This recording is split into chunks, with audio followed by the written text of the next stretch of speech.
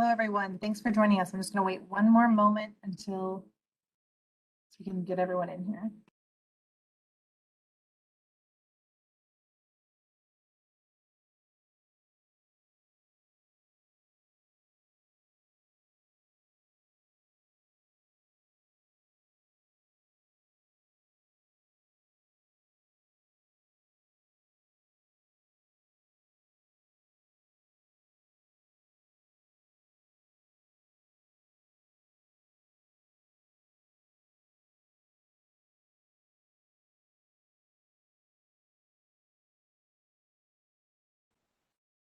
All right, thanks again for joining us. This is being recorded. So we've begun recording. And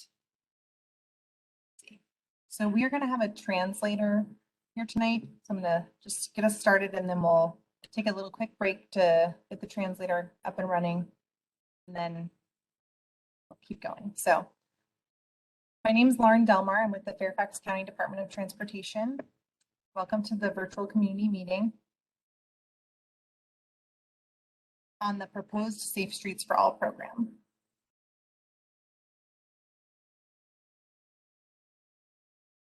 So again, we're going to have an interpreter for Spanish speaking. So to hear this presentation, ask questions in Spanish, please call the number 443-228-6670 on the screen. Just going to take a short pause to let anyone who needs to do that. Please stay on this meeting while you're on the phone. Hopefully the translator will tell you to do that when she gets online with you.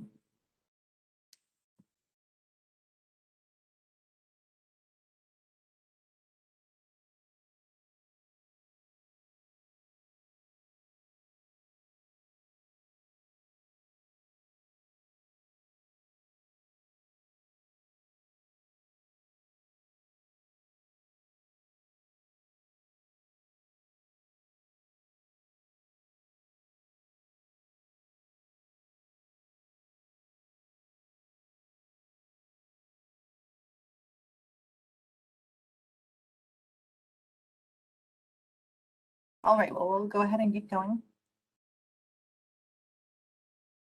Just a few meeting logistics before we start. You are all muted unless called upon. We will have many polls and then we'll have time for discussion after all of the polls are completed. So if you have any questions throughout the presentation, you can type them in the Q&A, or at the end of the presentation during our discussion period, you can also raise your hand by pressing the raised hand button, which is shown on the screen here, if you'd like to provide verbal comments or questions. And if you're calling in and you would like to speak from the phone, you can press #3 to raise your hand. And then the moderator, who's Nicole Winans with us tonight, will unmute you when it's your turn to ask a question. And she'll also read any questions that are put in the Q&A so we can answer them. So first off, we just want to say thank you all for joining us. We value your time and commitment towards safer roads in Fairfax County. Our agenda tonight is to start with some introductions. Then we'll go on to review the ActiveFairfax Transportation Plan project, and then talk about active transportation safety in Fairfax County, where we are today. Then we'll go over the Safe Streets for All program. And then we'll, as I mentioned, have some polls and some discussion, and they'll talk about what next steps are. So for some introductions, I'd like to say on the line tonight, we have, as I mentioned, Nicole Winans, who is leading the ActiveFairfax Transportation Plan effort. Tom Bashadny is here, our director of DOT. Tom, would you like to say anything?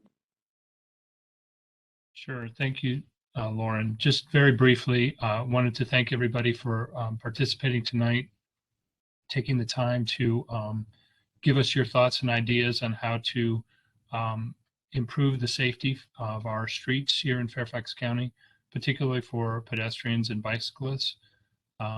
You know, Fairfax County has a lot of different character depending on where you are in the county, but we do want to do our best to work with you to improve the safety on all of our streets here in the county. So thanks for joining us, and we look forward to hearing your ideas today.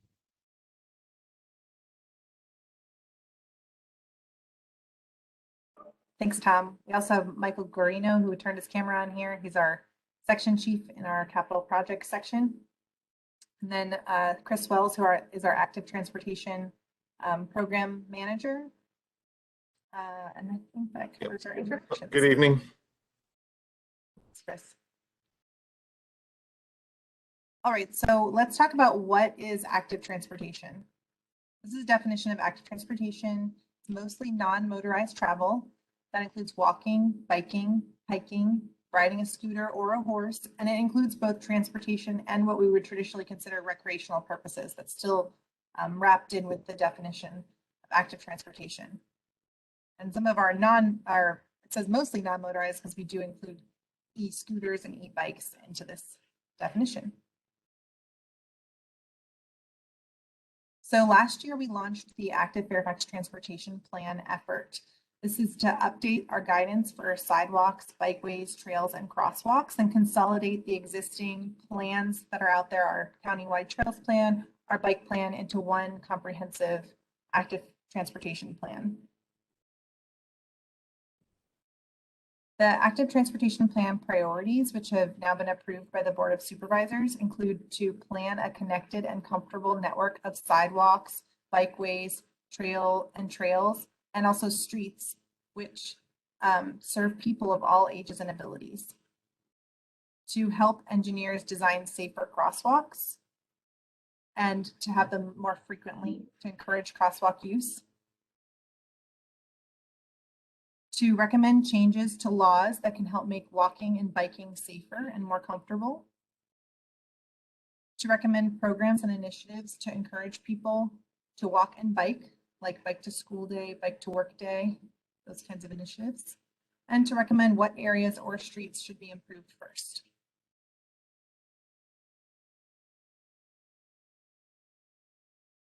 So our history in Fairfax County of pedestrian crashes includes that in between 2014 and 2020, an average of 183 people walking and 65 people biking were struck by a vehicle every year.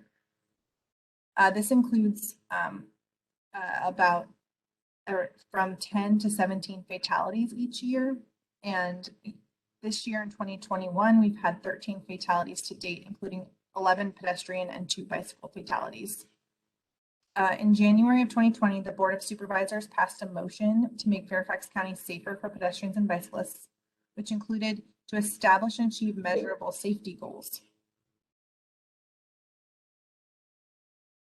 From that, the Active Fairfax Transportation Plan and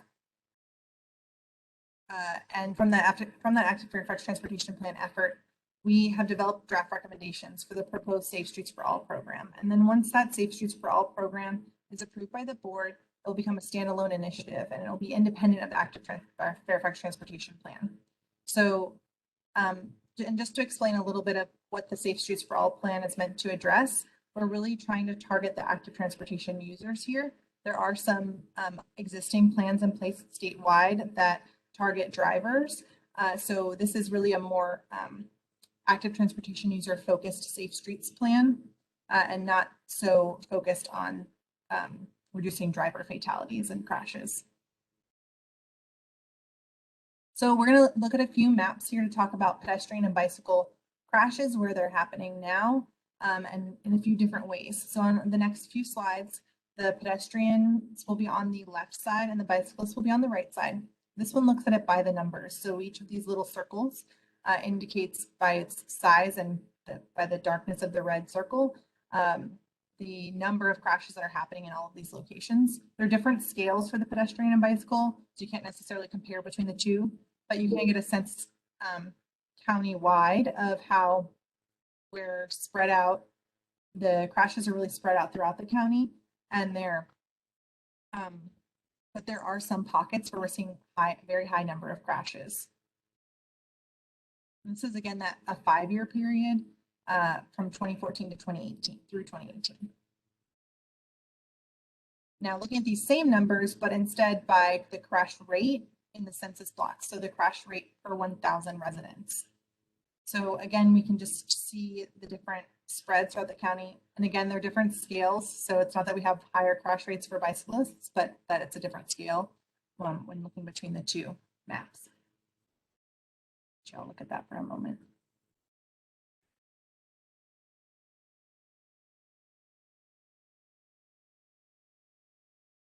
And then again, we'll look at it by roadway mile. So this is for instance, the innermost segment, easternmost portion of Leesburg Pike has 13 crashes per mile. So that's called out as not just a high risk corridor, which is all these lighter lines, but the bolded lines are the top 10 high risk corridors, which includes that little segment of Leesburg Pike. And so we can see, especially for the bicyclist ones here, that they're really spread out throughout the county, including the top 10 crash locations, and they're much shorter segments.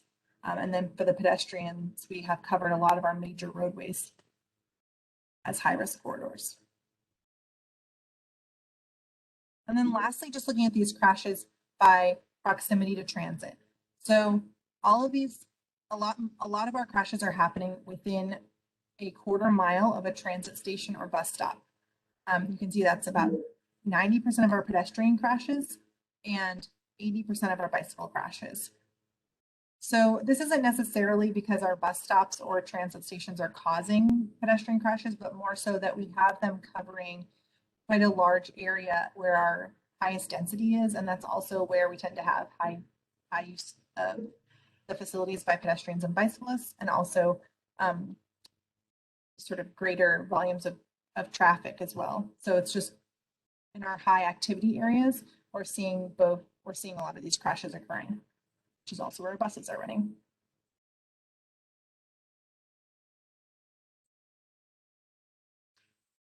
So now we're going to talk about vehicle speed, because that comes up a lot in our recommendations. Vehicle speed is a high indicator of the likelihood of survival or of fatality or serious injury risk. So as the speed increases, there's more likelihood of a fatality or serious injury. At 20 miles an hour, you can see that it's 18%, 30 miles per hour, 50%, and at 40 miles per hour, it's 77%. The one thing I want to note here is that 20 miles per hour is very unlikely speed on our roadways. Our minimum speed limit is 25 miles per hour, and that's often traveled at a faster rate than our speed the vehicles are often traveling faster than 25 miles speed limit. So our minimum speed is really closer to 30 miles per hour. And then also you can see the cone of vision along the bottom. So when we talk about the fatality and serious injury risk, it's how likely is a pedestrian to be injured or killed when they're hit. But then when we look at this cone of vision, we can also see how likely a driver is to even be able to see the pedestrian that is in the crosswalk or on the side of the roadway.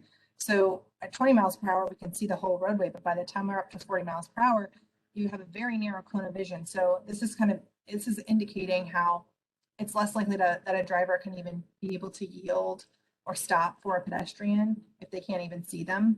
And then at that speed, they're even more likely to have a serious injury or fatality. So also a big topic in our recommendations that we'll talk about is street design. And I want to show you this example. This map at the bottom is Reston Town Center.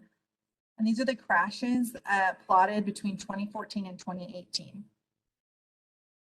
As you can see, they're all occurring on the roadway surrounding Reston Town Center. So we have Bluemont Way and New Dominion Drive have crashes at about every intersection. These are wider and higher speed roadways as shown on the upper left. In the center, we have Market Street, which is a narrower, slower speed roadway, lower volume as well. And you can see that there are no crashes along Market Street in this time period.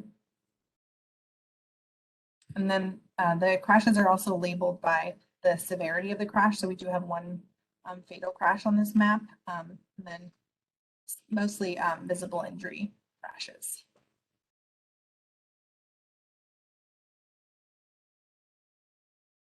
So sometimes this is a little bit confusing. And so I want to clarify the difference between complete streets as a term and safe streets as we're discussing tonight. Complete streets have space for all users. We see that there's space for pedestrians, bicyclists, transit, space for shared mobility, which is things such as bike shares or scooters, space for cars, which includes both the driving lanes and parking lanes on certain streets, and then space for refuge or rest, places where there's benches, street trees, comfortable places for people who are walking and bicycling. And so a complete street is really combining all of these elements together. Not every street is going to be a complete street, but every street needs to be a safe street. So there are some streets that are really designed for heavy vehicle use, and they're not necessarily meant to be a complete street with an element for transit, for instance, or an element for refuge. But it needs to be a safe street still. And then similarly, there might, or on the other end of the spectrum, we might have a neighborhood street, which would not necessarily be designed for high-speed car throughput or with shared mobility maybe, but it needs to be a space where there is still safety as it's still a safe street as a primary element. So the Safe Streets for All approach has these several key principles, and we're going to go over 4 of them here tonight. These images show you sort of what the Safe Streets for All approach is not. They're unwelcoming, and they're likely to induce more people to drive and create an environment that says that pedestrians aren't welcome or safe here. So instead, we want to be acknowledging that pedestrian and bicycle deaths and injuries are preventable through different strategies that we'll talk about. That roads are planned and designed to be efficient and safe for everyone. And that in doing this, the design details, the nuanced elements are really important in that too. Why is this woman crossing the street here instead of at the signal? Well, perhaps it's because of where she's trying to go to and from. Perhaps it's because there's no pedestrian crosswalk at the signal. Those elements really matter when it comes to a safe street. That safety issues are addressed before crashes occur, and that all road users share the responsibility to keep each other safe. So in spring of 2021, through the ActiveFairfax Transportation Plan, we asked people about active transportation concerns and barriers. And when we asked them to describe their experience using our facilities in Fairfax County, 27% or 265 out of 999 said that they feel that the current network is unsafe. We also asked them to describe how we can make things better for walking and biking in Fairfax County. And this is a word cloud of some of their ideas. And you can see that a lot of them have to do with safety. Safety is a word by itself, but we also have elements like crossings, which is a safety element, having sidewalks, lighting, traffic calming, bike lanes and trails are also safety elements, and enforcement. So you can see that that was a key component of and connectivity, because if there's a missing link, you don't have a facility to use. So, and might be in the street. So this is obviously a key component in their concerns about how to make walking and biking better. And then we also have this barriers to active transportation interactive map, and we're still collecting this information, and I'll share the link for it later. But you can see these are the barriers all throughout the county, and also destinations that people want to travel to are all throughout the county. So based on all of this feedback, we developed strategies to improve road safety for active transportation users. And these strategies fell into 7 target areas. And these are really the key issues that we want to address. And they were informed by the survey and also by crash data and best practices. So number 1 is focus on high risk and high use locations. High risk might mean where there's more opportunities for conflict because of higher traffic volumes and high use and speeds. And high use might mean where there's more pedestrian and bicycle activity. Safer street design, so that includes roadway width, crosswalks, connected sidewalks and bikeways, lighting, some of those elements we just talked about. Lower vehicle speeds, fewer trips by vehicle, and moving more of those trips to pedestrian and bicycle trips. Maintaining sidewalks, bikeways, and trails. Safety education for everyone, and enforcement. And then our program framework. So the previous target areas really overlap into these subject areas. and fall into all of them. And we are trying to really create a multi-pronged approach with this.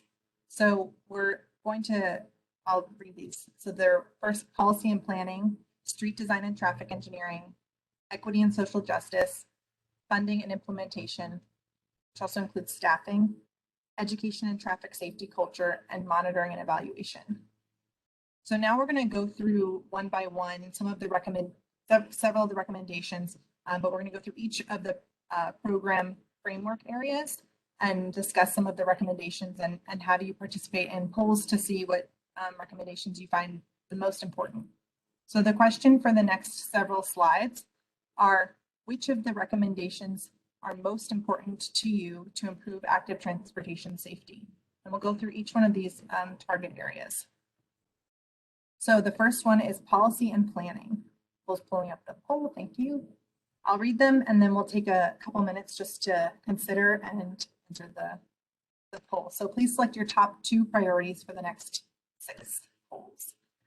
First is adopt safe streets for all and complete streets policies. B, policies and procedures to improve maintenance for active transportation. C, strengthen requirements for infrastructure implementation by development. And D, policies supporting lower traffic speeds, particularly in residential neighborhoods and commercial areas.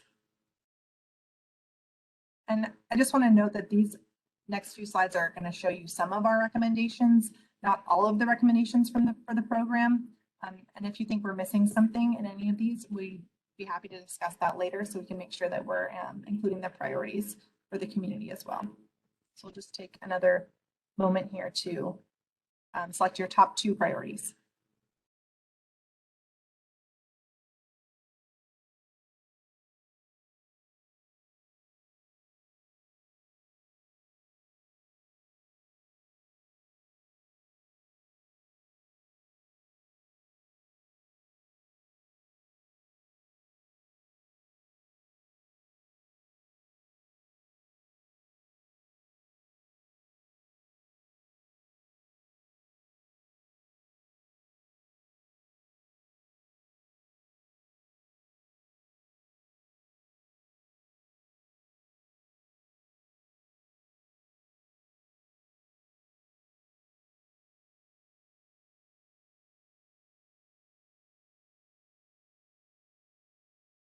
All right, so y'all should be able to see on your screen the results of the poll. Looks like the number 1 choice was policies supporting lower traffic speeds, particularly in residential neighborhoods and commercial areas. And then that was followed shortly thereafter by adopting safe streets for all and complete streets policies. So thank you. On to the next one.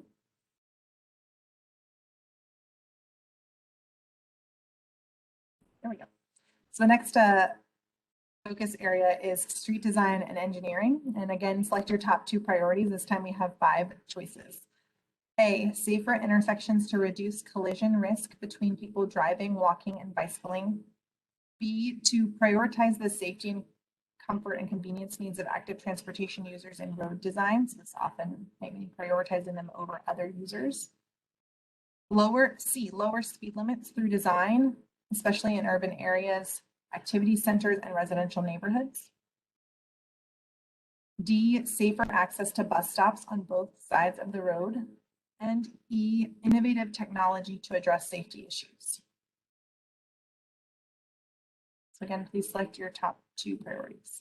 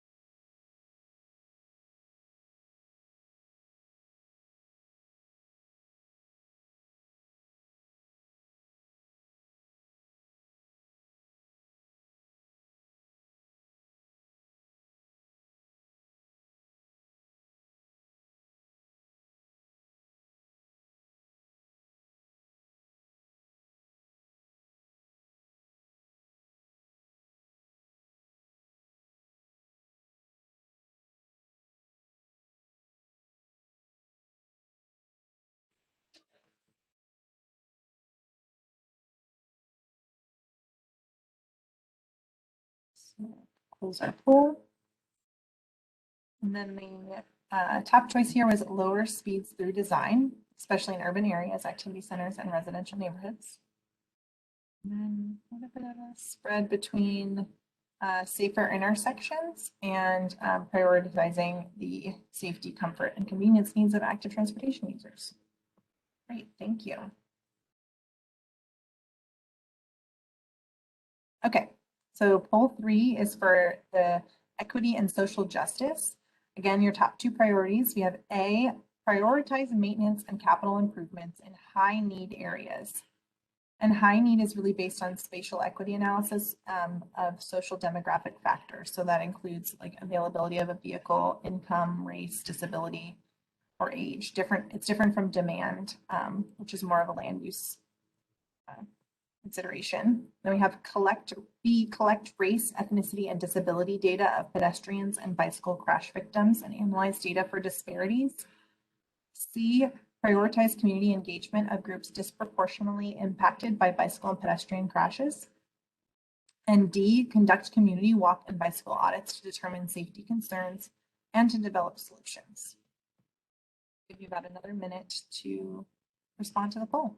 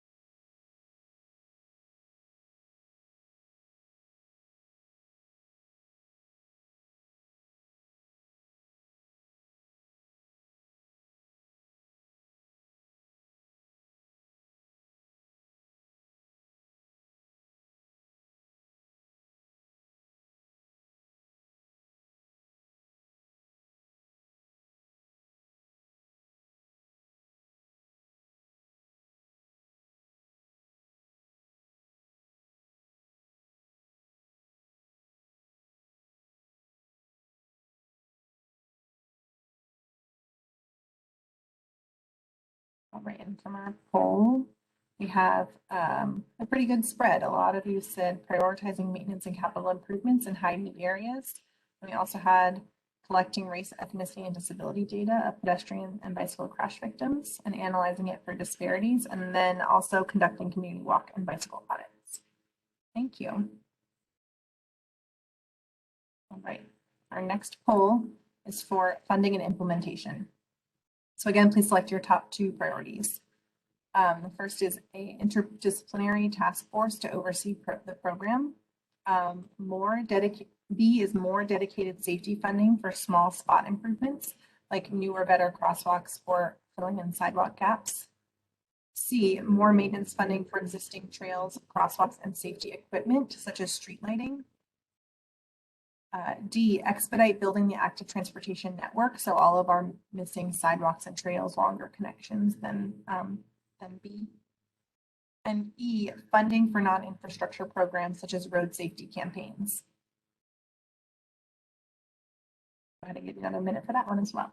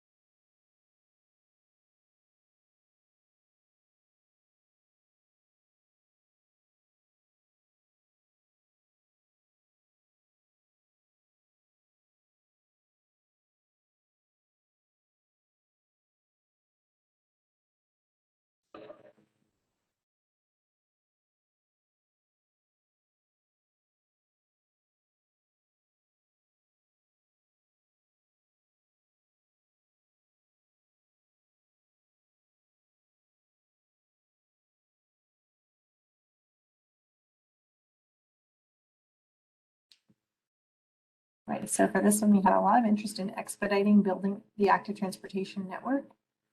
And then followed by more dedicated safety funding for small spot improvements, and then more maintenance funding for existing sidewalks, trails, and crosswalks and safety equipment. So lots of, this one's fun because it's where do you want to spend all the money?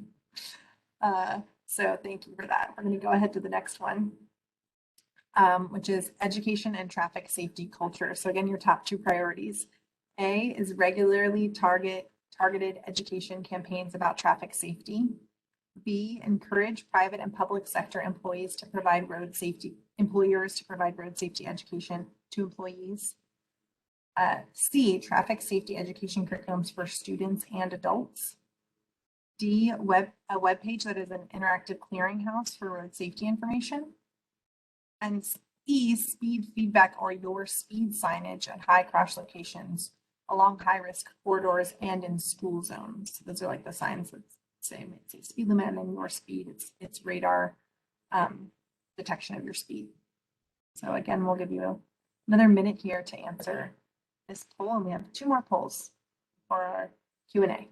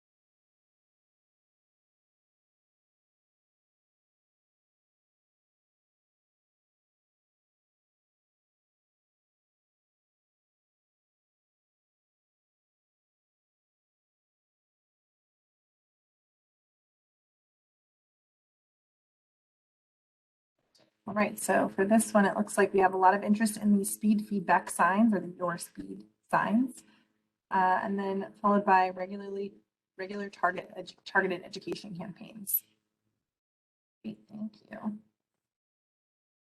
And then our last poll is about the monitoring and evaluation area. So please again select your top 2 priorities. A, identify road safety performance measures and targets. B, identify the most common factors related to pedestrian, bicycle, and vehicle crashes and the most affected people. C, a permanent interactive digital map on the county website to collect transportation safety concerns. D, a formal bicycle and pedestrian count program.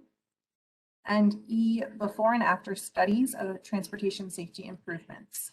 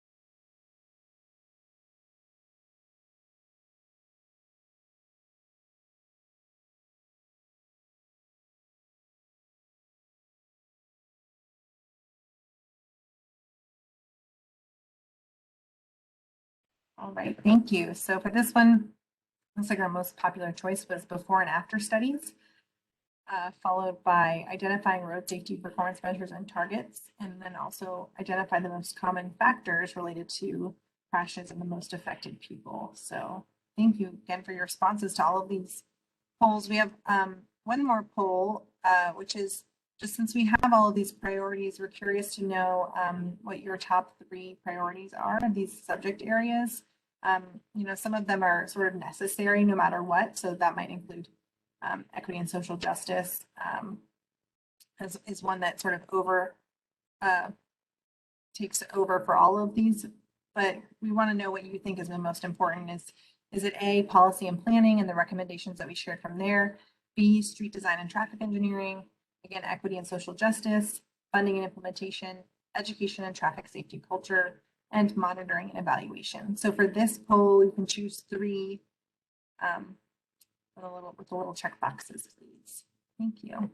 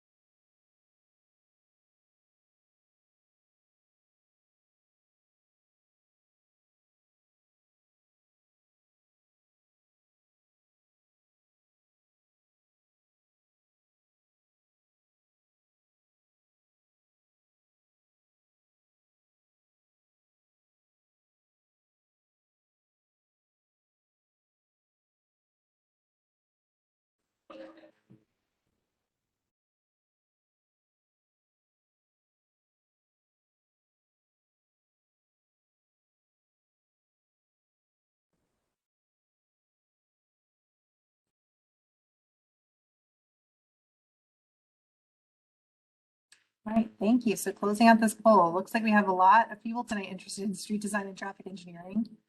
And then I guess since I mentioned that equity and social justice sort of result with all of them, we had less for that one, so that's understandable. And then we also have funding and implementation that's pretty high up there in policy and planning. So thank you.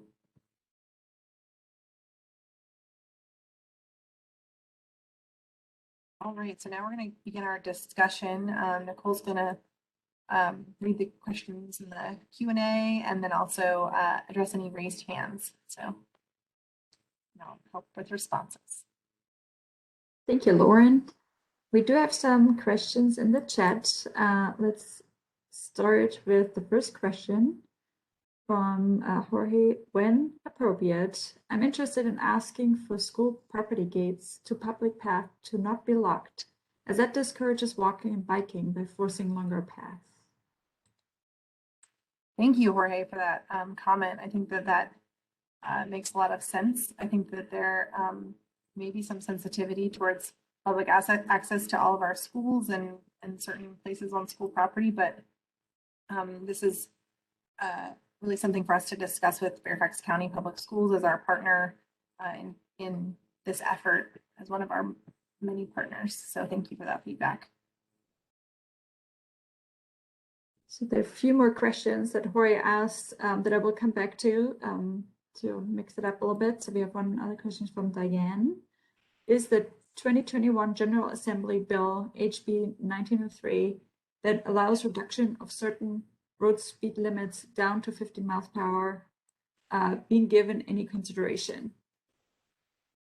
Yes, so thank you. As Diane said, there was a bill this past year to reduce speed limits, and we're having our NVDOT's lawyers review this bill and try to determine what is needed in order to proceed, if it needs to go back to the General Assembly, or how it can be implemented, if at all, in the county as written right now. So Right now, we're sort of in a holding period for that. But we do hope that we are able to have more control over our speed limits, especially our small residential streets, that we can have lower speed limits. The next question comes from Burton. What is included in the crash numbers? Self crashes, reported crashes, crashes with motor vehicles. Yes, and I don't know, do you want to read Jorge's question also related to this? I can read it. He says that crashes are from police reports.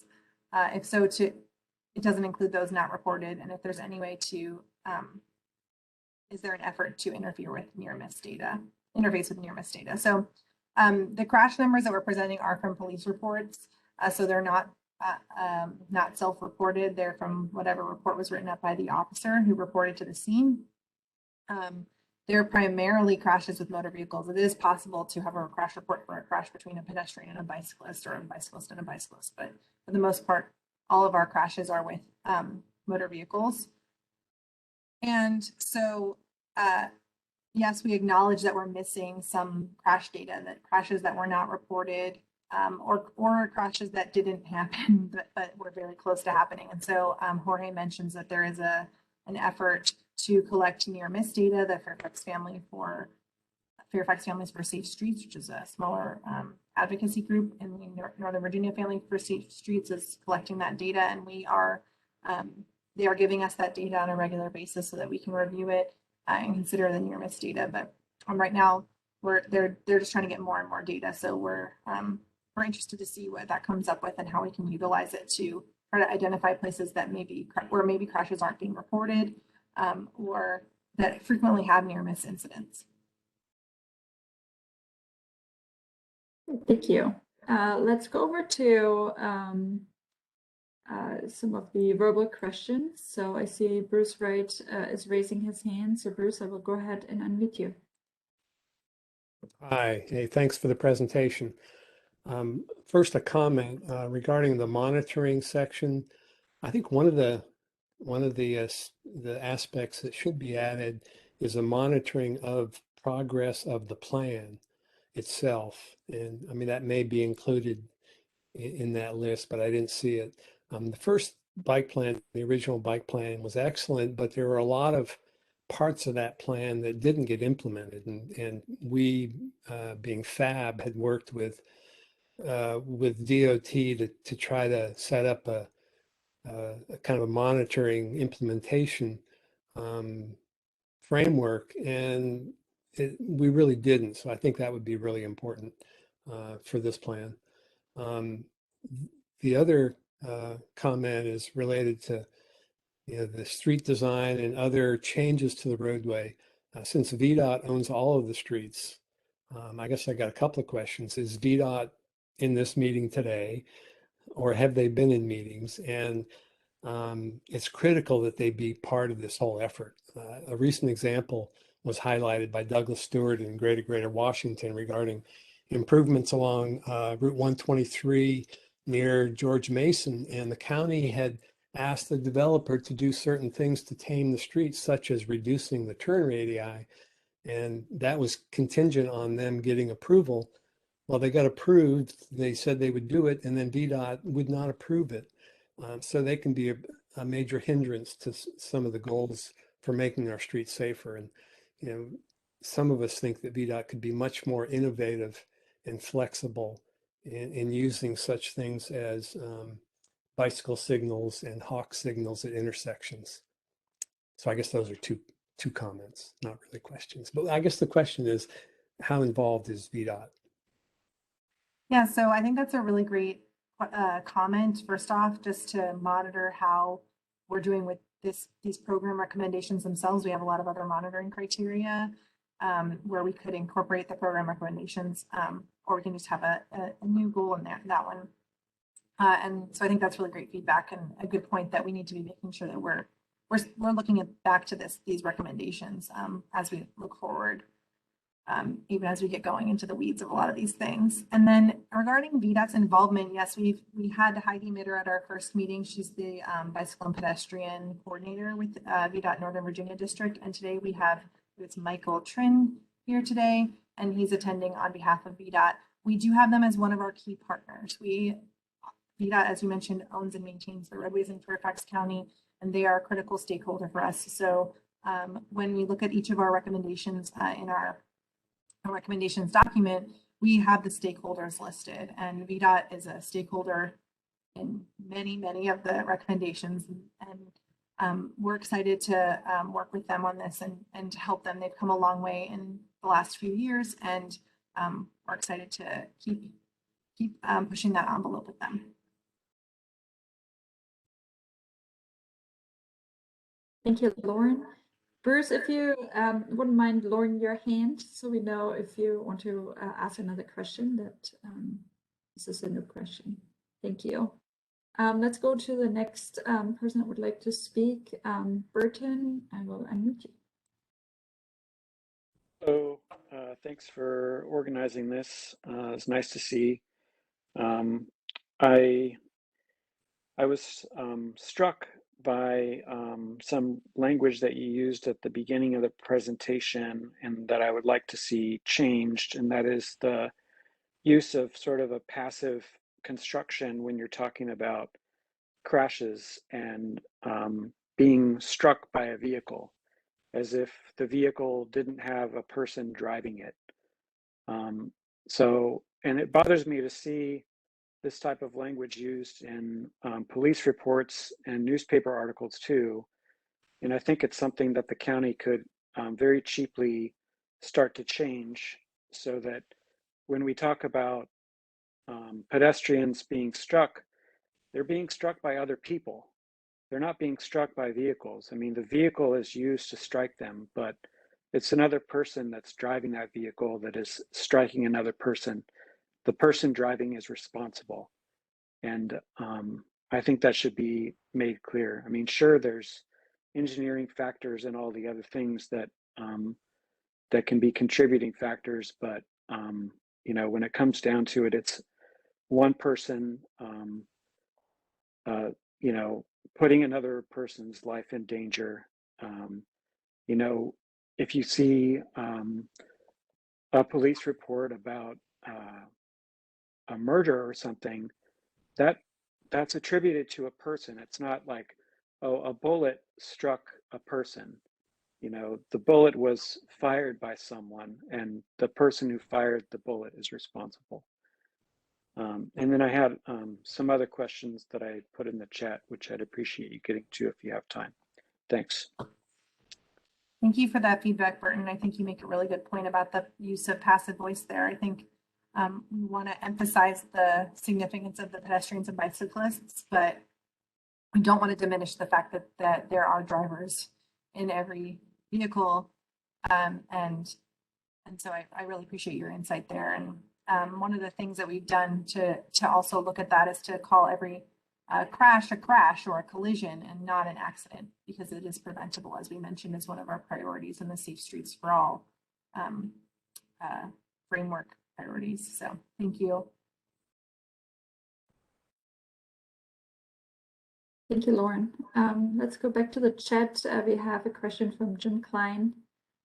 Right turns to crosswalks along roads like Fort Hunt Road, where there is a side path, are very dangerous, but there are no signs that allowed for unsignalized intersections to warn drivers to yield to pedestrians and crosswalks.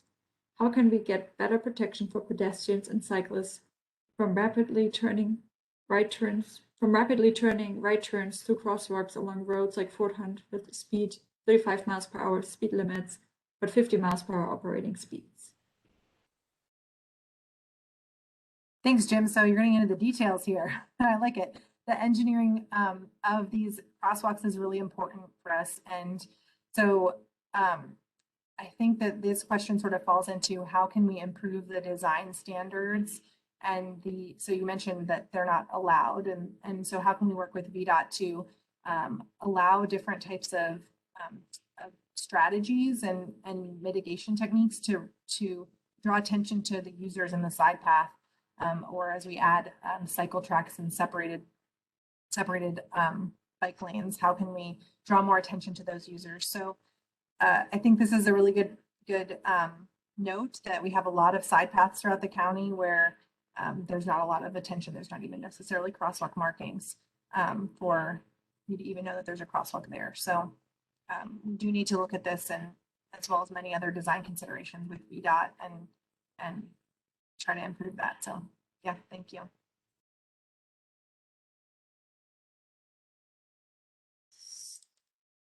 Thank you, Lauren. The next question is from John Blake. Is there any empirical evidence that shows that pedestrian safety education campaigns have a significant impact? I feel as though we are focusing too much on these measures and not enough on infrastructure change that will make these programs obsolete. I think that's a great comment and question. I actually don't know myself. I don't know if anybody else on this call knows if there's any evidence about pedestrian safety campaigns. But I think that's a good question.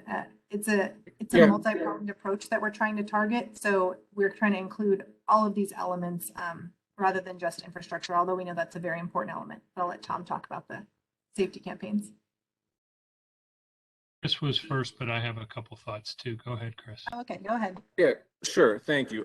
That's a great question. The Board of Supervisors established our pedestrian safety initiative in 2002, and I've led that initiative since then. In 2003, the Metropolitan Washington Council of Government initiated our first regional Street Smart campaign. And that is funded through the region and federally. And it's, of course, the way you buy media in this region needs to reach all of the jurisdictions.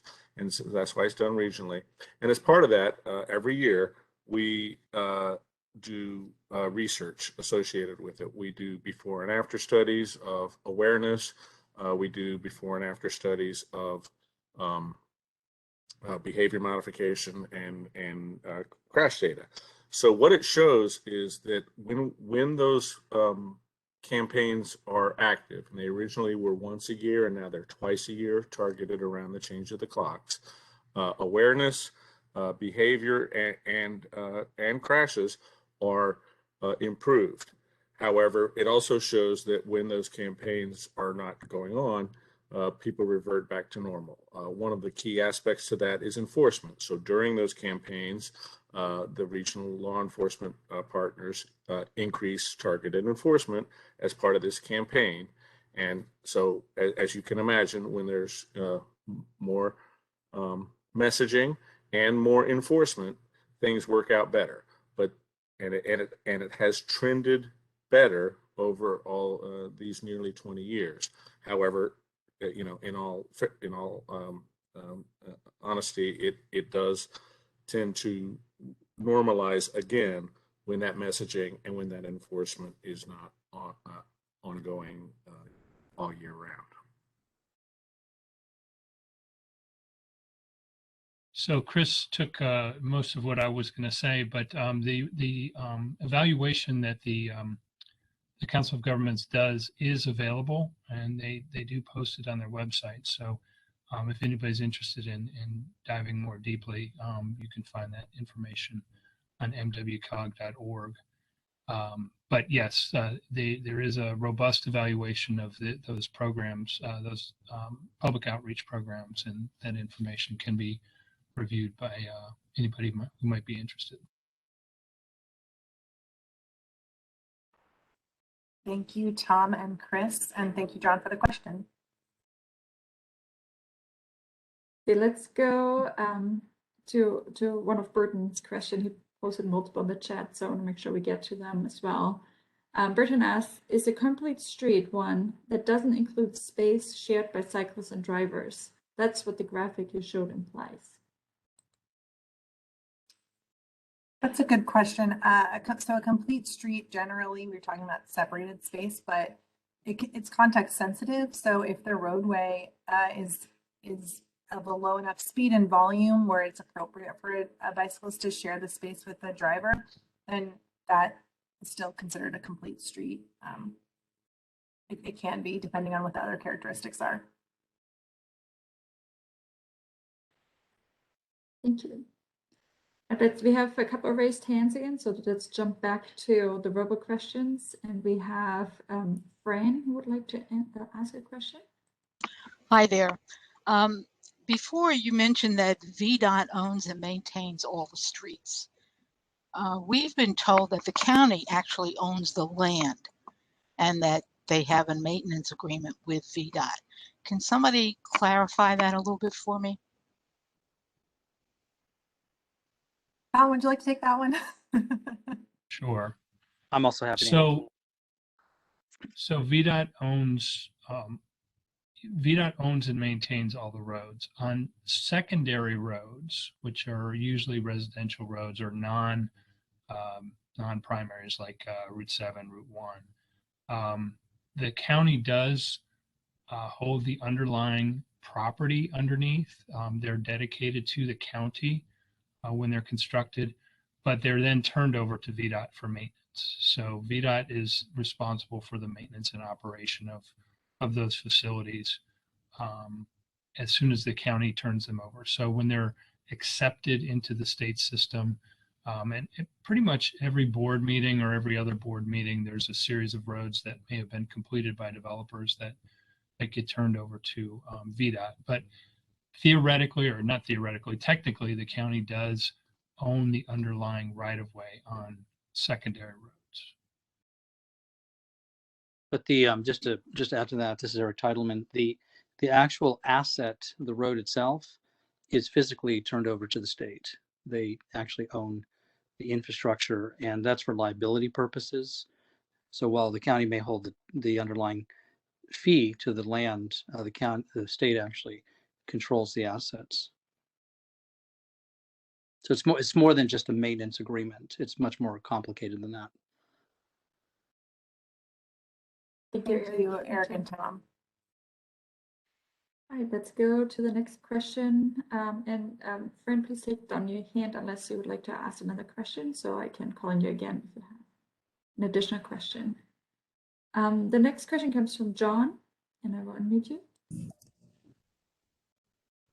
Hey, first of all, thank you very much. Can you hear me? Okay, thank you very much for hosting this. I really appreciate the work that you do. This is just, I guess, like a concern about the proposed strategies. It's kind of a little bit philosophical, but I'm really pleased to see our focus on trying to make complete streets, I guess, a thing in Fairfax County, and trying to implement these very modern and effective measures for making more pedestrian friendly and bicycle friendly spaces, as well as reducing, the number of incidents that happen. But I mean, I think it would be hard to argue that against the fact that our current landscape is completely dominated by the automobile. And I guess what I'm trying to say is that I feel like many times that prioritizing the automobile is in our collective subconscious. And in terms of policymaking, it seems like we have to be reactionary towards the top priority automobile when it should be the other way around. We should not be thinking how do pedestrians and bicycles relate to cars in the space? It should be, how do cars relate to pedestrians and bicycles in the space? And until we're able to change this kind of daunting status quo, I just feel like our policies will be ineffective. I just want to make sure that we have the right ideas going forward about trying to make these policies really work for us. But thanks for your time. Thanks for that feedback, John. I understand what you're saying about the way that we look at the roads and who their primary user is, and that we're accommodating vehicles and that we're serving pedestrians and bicyclists as a sort of change of the status quo. So thank you for that. We don't mind the philosophical thoughts here. And Lauren, I just want to add that you, Nicole, and Chris work tirelessly to try to help change that narrative. And this effort, the Active Fairfax Transportation Plan update, along with the Safe Streets program recommendations, and hopefully an eventual adoption of the Safe Streets program in Fairfax County, I think all help move the needle and help us sort of change that narrative so that, you know, we really are looking at all the users of the transportation network to really get us to where we want to be.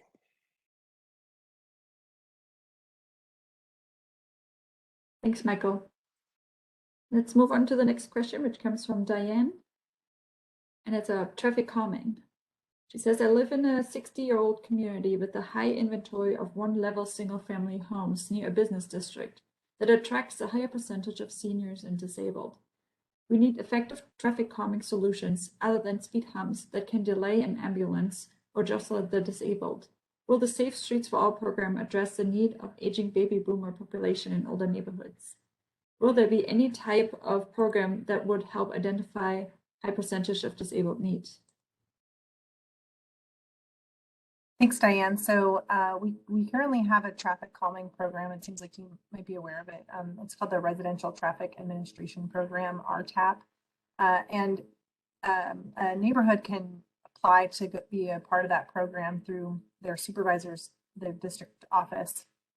And currently that program has been expanded in the last few years. So I don't know when maybe you were interested in it in the past, but we do have a lot of options now that don't just include traffic or speed bumps. There are horizontal elements that can be incorporated into the street through that program. The street does have to be a residential street in nature with a 25-mile-an-hour speed limit, but they can do things like curb extensions, median islands, other techniques that deflect the vehicles horizontally rather than going over a vertical speed hump table or cushion or something like that. So there is that program in place today. Our needs analysis for our equity needs does address the disability question. So we are looking at, in this spatial analysis of need, we are looking at disability. And then everything that we do in the county, ADA, the American Disabilities Act, and how we're going to accommodate disabilities, people with disabilities within the right of way is totally the forefront of what we do. And I'm regularly trying to better serve the needs of all people with disabilities. So including the visually impaired with our curb ramp design. It's a really big element of the design that we are doing right now. So it is definitely an important factor. And we're always trying to make sure that every user can be, their needs can be met. So hope that, I think she has another question. I don't know if we want to follow up with that one. Same topic. Sure, go ahead. So it was, what are the current options for lowering residential speeds within a curve inlet in an older neighborhood? And so right now we are again identifying or reviewing that bill with our lawyers and trying to determine if there are options for lowering the speed limit if it's already 25 miles an hour. If it's more than 25 miles an hour, oh, I'm sorry. And then this is within a curve. So there can be a warning speed as well. So if there's a need for the speed to be reduced along a curve, there can be a sign that indicates that the speed should be lowered, although it's not, it's for a warning purposes that the speed should, that the roadway should be traveled at a higher speed. So VDOT can help with providing that kind of thing if it's appropriate for the location. If the speed limit is higher than 25 miles an hour, VDOT also has a program to do a speed study where they look at the current speeds on the roadway to determine if the speed can be lowered. So that's the options that we have right now. But obviously we hope to change those options with this program. Thank you, Lauren. Let's take the question that Bruce added to the chat. Until our streets are redesigned to be safer, enforcement needs to play a key role in improving traffic safety. Automated speed enforcement is one proven method for reducing speeds. What is the status of the county's ASE implementation in school and work zones? Thank you for the question about enforcement. What is the status? I am actually not sure if there's a status. I think we're just reviewing our ability to be able to implement ASE this time. And Tom, Lauren, I can take sure. that one. So the police department and the county attorney and the Department of Transportation are evaluating the legislation. There are two different prongs, as mentioned in the question. One is speed zone, one is construction zones, and one is school zones. And so we are looking at some areas to do a pilot program to do both and do both of those two efforts. And so we'll be going back to the Board of Supervisors within the next month or so with formal recommendations to them to move forward with a pilot to try out some technology to do speed enforcement. And so if it's successful, I think we probably see it expanded to other parts of the county. Thank you, Lauren and Tom. Many great questions tonight. The next question comes from Jim Klein. Many of the high crash areas are in the older eastern part of the county. How can this program address the specific needs of this area where the roadway pattern is fairly fixed?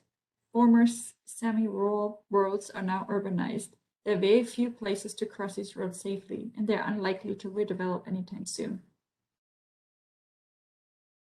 That's a great question, Jim. Again, I think we are trying to figure that out. And I think some of the answers sometimes come in looking at what we have available to work with. So some places the roadways might, and I know this is not necessarily the case in this eastern part of the county, but some of the roadways might be over designed for the needs of the road or for the traffic needs, or we might be comfortable reducing the traffic capacity based on the overall structure of the network.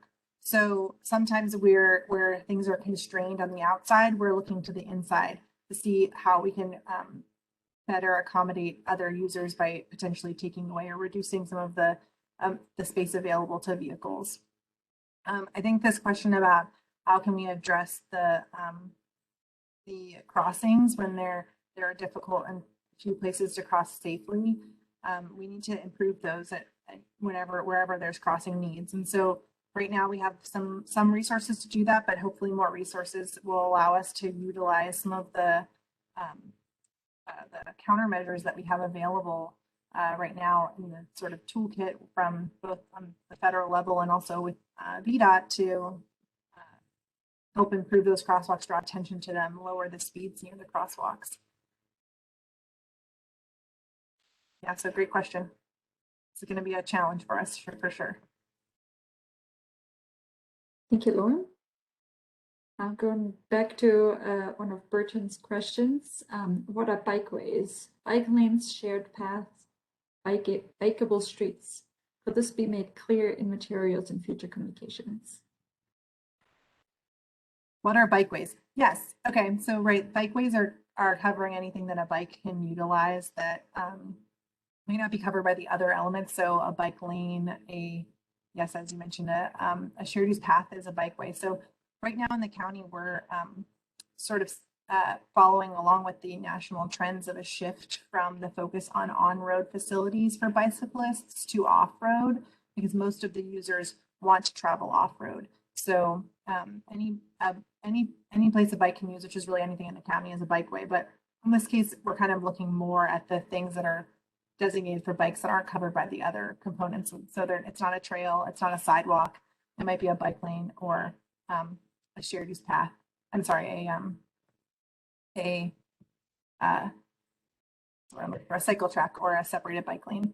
So bicyclists can ride on sidewalks in the county and they can ride on the road, and Burton mentioned that elsewhere too.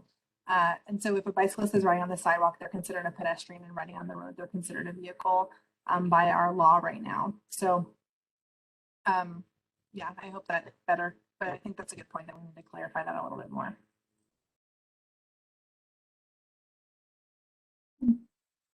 Next question comes from Bruce Wright. One policy that could help provide space for cyclists is to lower the priority of free on-road motor vehicle parking. I think it's more a statement than a question, but okay.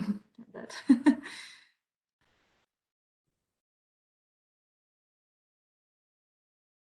Oh, Nicole, you're on mute. Oops, sorry about that. Thank you for that comment. Let's go back to raised hands. So Fran, would you like to add another comment? Let me know. I will unmute you. Yes, thank you. Most of the streets in our area do not have curb and gutter, and they're fairly narrow. And it's very difficult to get the police department to enforce parking situations where you have a landscaping truck out there. I realize the guy has to do his job, but people have to be able to get by. And the way they park doesn't allow that. And yet when the police come out, they say, oh, well, he has a reason to be there. So they don't do any kind of enforcement that allows people in the neighborhood to move around. What can you do to help that situation? Or is there anything that can be done? Yeah, I think that's a really good question. We have sort of some of these areas where there's no curb and gutter, no sidewalk. They have a shared response, like there's a shared space for all users there. So the parked vehicle might actually slow other vehicles down, which would be a benefit, but it might take away some of that shoulder space or the edge of the roadway space for a person to walk. So there's trade-offs. I think that contacting enforcement is a good way to go about it, and also just talking to your neighbors about it is really something that we would recommend. And it looks like Tom would like to chime in. And there are parking restriction programs that the county has implemented, but most of those have exclusions for vehicles that are actually doing work at somebody's property. So, I mean, we could, in some cases, eliminate overnight parking of trucks and vehicles, or we could restrict the number of hours that they would be there. But if the vehicle is there providing service to the property that they're parked by, there currently aren't very many tools that we have to do any kind of enforcement there. If they're parked illegally, if they're not parked as close as possible to the side of the road and things like that, there may be things that can be done, but there's not a lot of tools that the county has in that circumstance.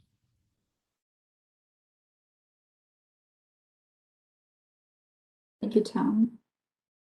So we have two comments in the chat that I just want to read. Not sure those are questions, but Jorge says, also interested in working to use data to establish bike buses. So I'm not sure, Jorge, if you want to speak to that a little bit more. And then the second comment also from Jorge is that at 37 miles per hour, it is a 90% mobility rate. That concludes. Thanks. So for that one, there's just a lot of different data sources on that. So we have one, and I think that they're always kind of trying to get more information. But yeah, if you could clarify bike buses, that would be helpful. Do you mind if I unmute you, Burton?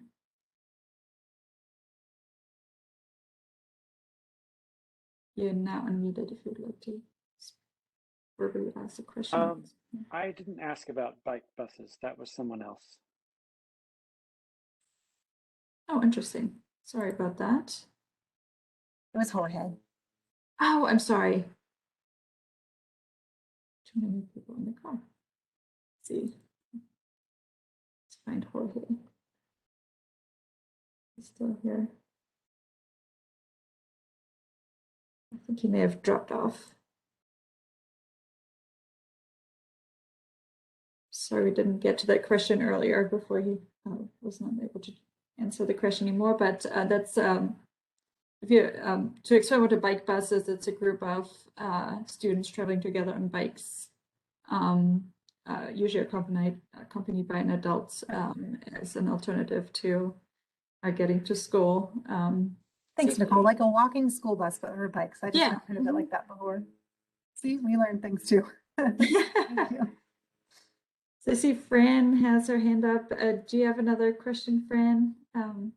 Or is the hand still up from the last question? I've unmuted you if you would like to ask a question. I don't think so. Okay. that concludes the question and answers with no more question left in the chat. Thank you. All right, well, we'll move on to our next steps. Let's see what I have to do. Okay, so we are continuing to accept comments on these recommendations through December 10th. And you can email us, and our email address is on the screen, activefairfax@fairfaxcounty.gov, or you can call us by phone at 703-877-5600 to talk about any comments that you might have. And then the program is going to go to the Board of Supervisors for consideration in spring of 2022. And we will be seeking additional resources needed for implementation, including staffing and funding resources, as we mentioned. And then also, once the program is established, we're going to begin community engagement. So that might include community meetings, the walk and bike audits that we talked about before. But in the meantime, we have continued ongoing engagement with the Active Fairfax Transportation Plan map of the key destinations and barriers in the county. So if you use this link, you can get to the interactive map. It's also on our Active Fairfax Transportation Plan Program website. And so you can visit us there or email us again at our email address, which is also on this slide. So thank you all so much for joining us. Thank you. This is really engaging conversation and discussion with you all tonight, and really appreciate it. And we'll look forward to continuing to pursue this work in years to come. Good night, everyone.